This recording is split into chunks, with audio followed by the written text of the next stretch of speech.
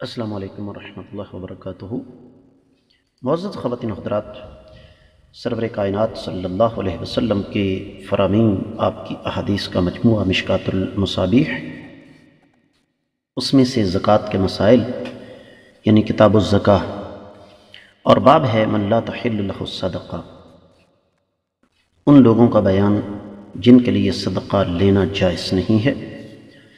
کتاب میں 1841ویں اور باب میں 6 حدیث ہے۔ وعنہا قالت کان رسول اللہ صلی اللہ علیہ وسلم یقبل الحدیۃ ویثب علیہا، رواہ البخاری۔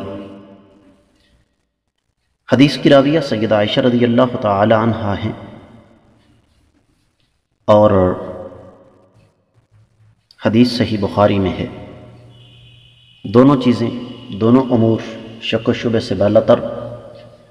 صحیح بخاری میں حدیث آ گئی، سند پر تبصرہ کرنے کی ضرورت نہیں، اور سیدہ عائشہ رضی اللہ تعالی عنہا، ان کے بارے میں کسی قسم کی تعریف وہ سورج کو چراغ دکھانے کے مترادف۔ براہ راست حدیث کے ترجمے کی طرف آئیے۔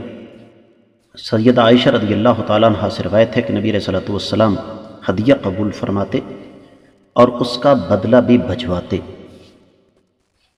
تو اس سے دو باتوں کا پتہ چلا بنیادی طور پر۔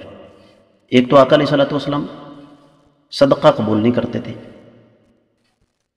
ہدیہ قبول کر لیتے تھے، اور دوسری بات یہ ہے کہ آقا علیہ الصلوۃ والسلام اپنی استطاعت کے مطابق اس کا بدلہ بھی بھجوا دیتے۔ اس کا مطلب یہ نہیں ہے کہ ہم اپنے معاشرے میں یہ جو ایک رسم چل پڑی ہے، آپ مجھے بھیجیں میں آپ کو بھیجوں، اور پھر ایک دوسرے کو تانے دیں۔ اس کا مطلب یہ ہے کہ اپنی استطاعت کے مطابق ہمیں ہدیے کا بدلہ جو ہے وہ بھیجنے کی کوشش کرنی چاہیے۔